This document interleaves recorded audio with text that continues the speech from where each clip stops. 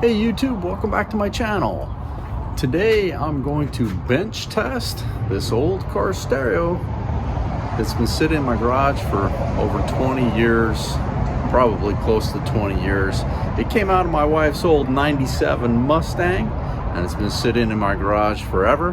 I'm going to try to install it into my 1999 E150 Econoline Ford van. And if you saw my last video, you probably remember that I had to search high and low to find a wiring harness for this old car stereo. So I have the wiring harness, and I'm going to try to bench test this car stereo today. My name is Doug. I'm a retired school teacher. I built that camper van out of an old service van. I will take you with me camping, fishing, going to the beach, going to baseball games. I'm going to teach you how to save some money. Welcome to my channel. Welcome to the Holiday Tinn. To the workbench. Let's go. Oh boy, what a mess.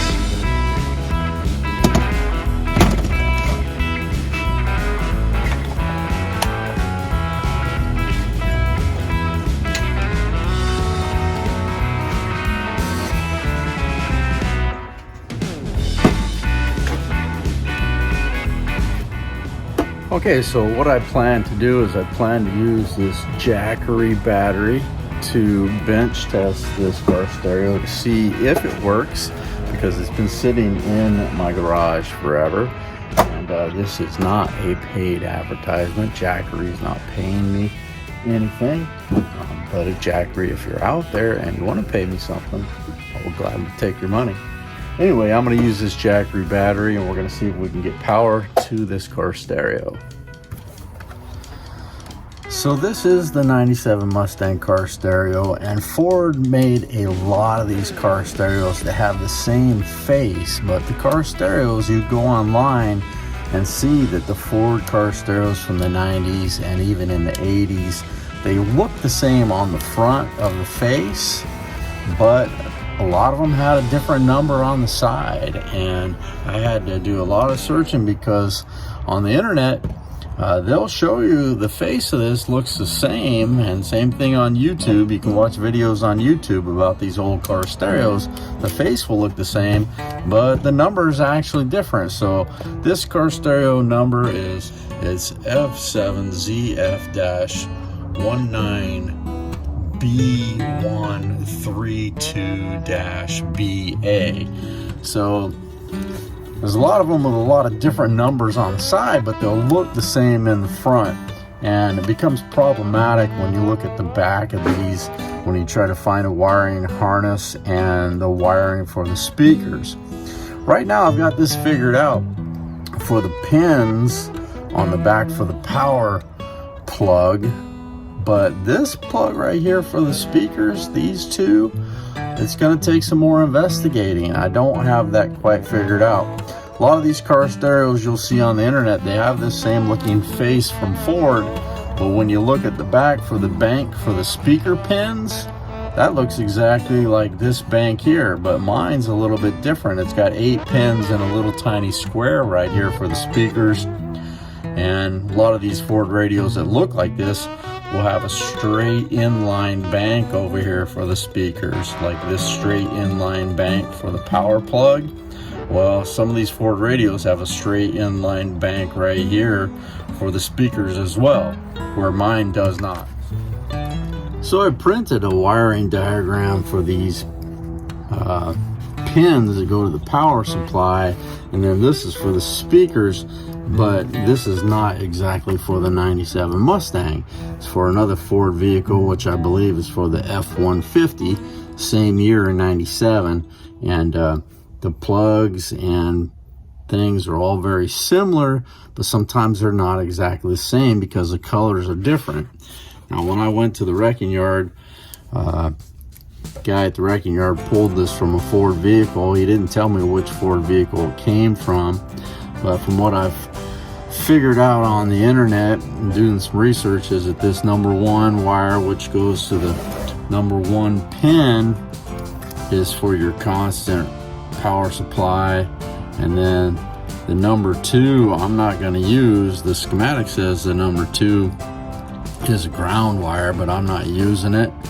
And then the number 3, this yellow and black, that's the number 3 pin right here. That's for my 12-volt battery power.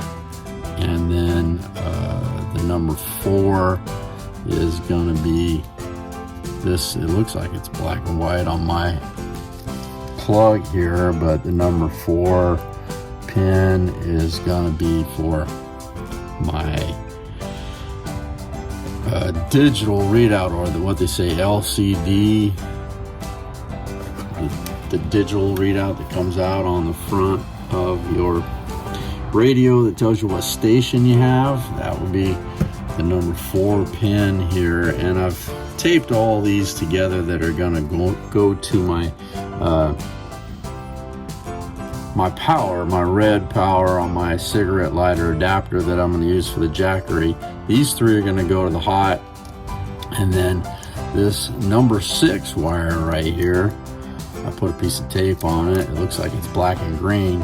It's going to be the number 6 pin here on the back. That's going to be my ground wire that I'm going to attach to the ground wire of the cigarette lighter adapter. Okay, this is my cigarette lighter adapter that I'm going to use. It's got a red hot and it's got a black for a negative. And I'm going to use this to wire up to that wiring harness and then plug it into my Jackery battery. Now I want everybody to remember, I've said this on my channel before, and that is, I'm not an electrician, I'm not a mechanic, I'm not an expert on any of these things. So you can use what I'm doing as a reference. But when you do something like this with electricity and using power, connecting wires and things, do your own research, watch your own videos and make your own decisions, because I'm giving you a little disclaimer here. I am not an expert. You can use what I'm doing as reference, but like I said, use your own judgment and use your own safety precautions and things like that. And I don't want to be responsible for you destroying your Jackery battery or any other type of battery, but it's my Jackery and I can pretty much do what I want with it. And like I said before, I'm not an expert, so do your own research before you try to do something like this. Okay, so I'm gonna take the number 1, the number 3, and the number 4, and I'm gonna twist those together. And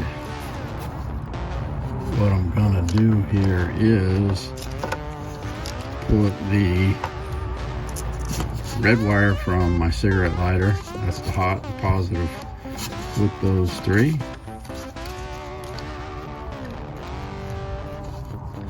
See if we can get these 3 together here.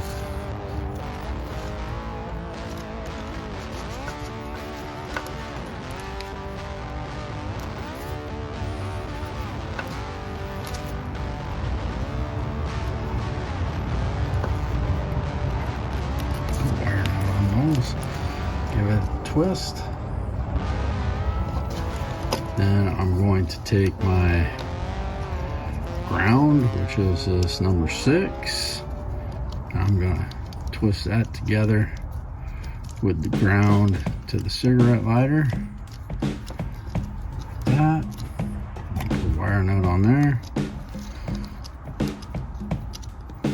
Then what I'm gonna do here is I'm gonna put some tape on the ends of all 4 of these leads that I'm not hooking up to anything, because I don't want them to touch anything, causing a short or a ground.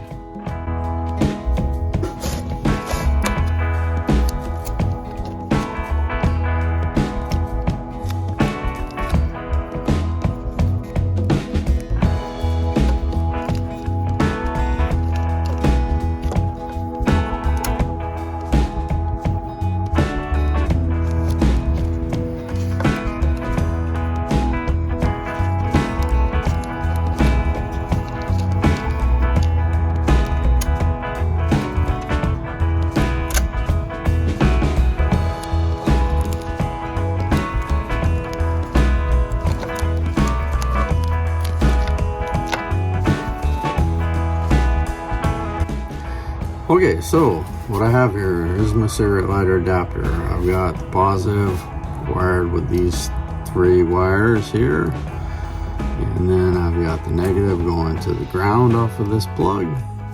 And what I'm going to do is plug that into the back. There's one way that this goes. That is the tab right here, hooks into that little notch right there. So what I'm going to do is plug this plug into the back of my car stereo, like so. Now what I have is, I have cigarette lighter adapter. I'm gonna stack this up like this so you can see.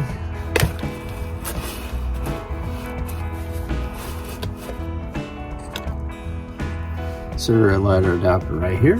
I'm gonna turn on the Jackery battery.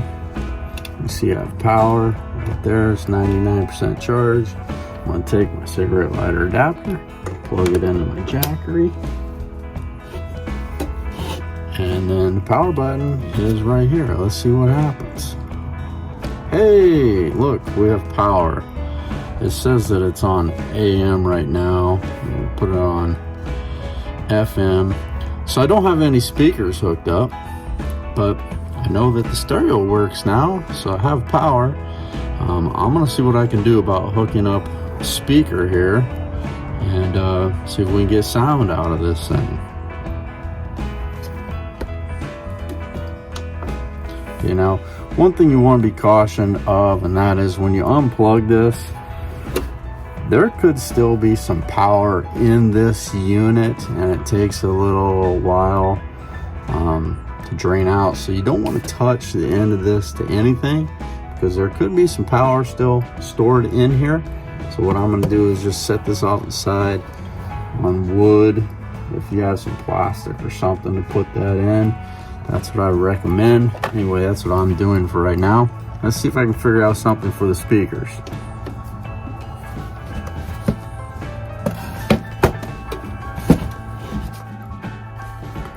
Okay, so this is the plug for the speakers that I got from the wrecking yard, and it goes into this plug right here. There's 8 pins in here, and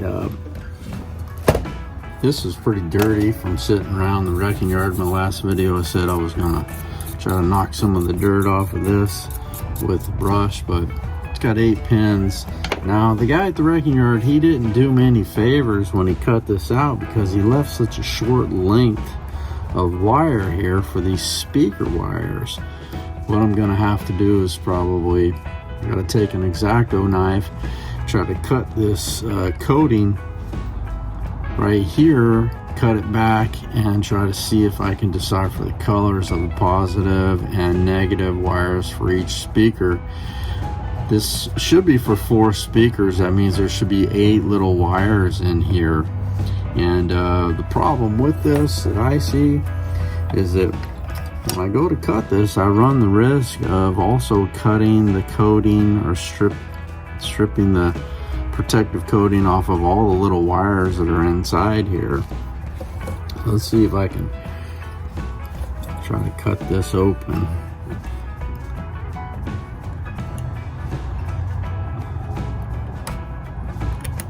I can already hear that I'm touching wires with it. I'm touching some kind of aluminum foil coating here. I don't know if you can see that on the camera, but it looks like aluminum foil coating. So I'm going to try to strip this back. I really wish that he had cut a longer wire. So let's see what I have here.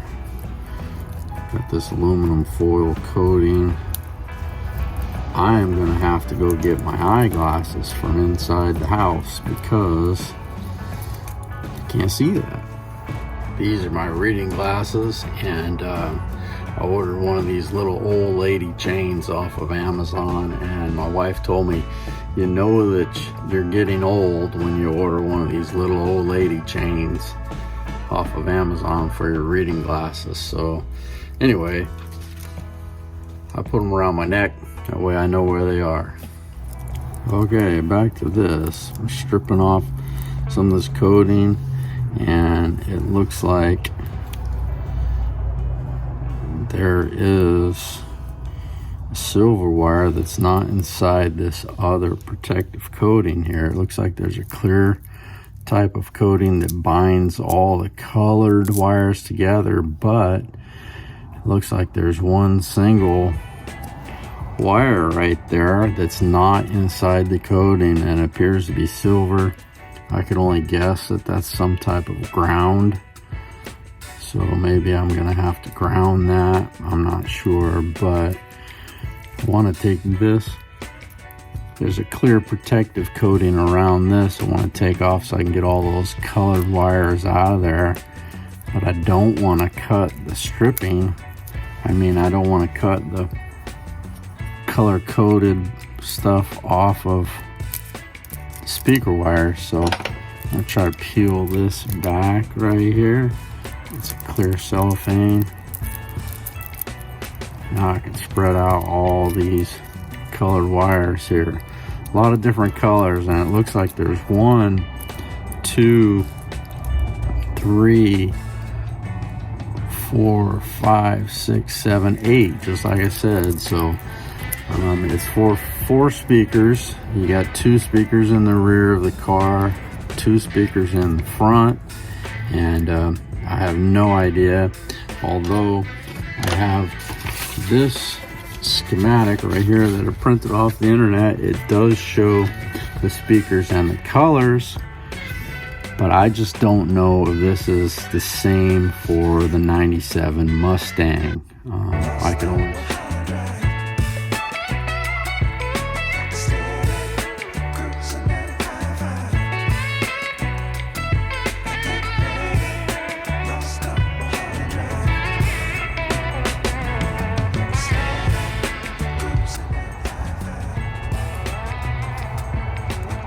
Well, we know we have power, and apparently there's some stations that are saved in here. Anyway, I've fiddled around with the speaker wire plug, and I'm not having any luck at all, and gonna have to figure out something, either buy a new plug, because the plug that came with the new wiring harness looks like this, and it does not fit into that hole. This plug's for another Ford vehicle, don't know what, but as you can see, these 2 plugs not the same. Anyway, can't get any sound out of it, even though I've messed with the wiring for the speakers many times, and I'm just getting a little bit frustrated right now. So what I'm gonna do is I'm gonna end this video right now, and in my next video, hopefully I'll have sound wired up with some speakers to this stereo. If you like the video, give me a thumbs up. If you haven't subscribed to my channel yet, please go ahead and subscribe to my channel. And until next time, thanks for watching my video. Peace.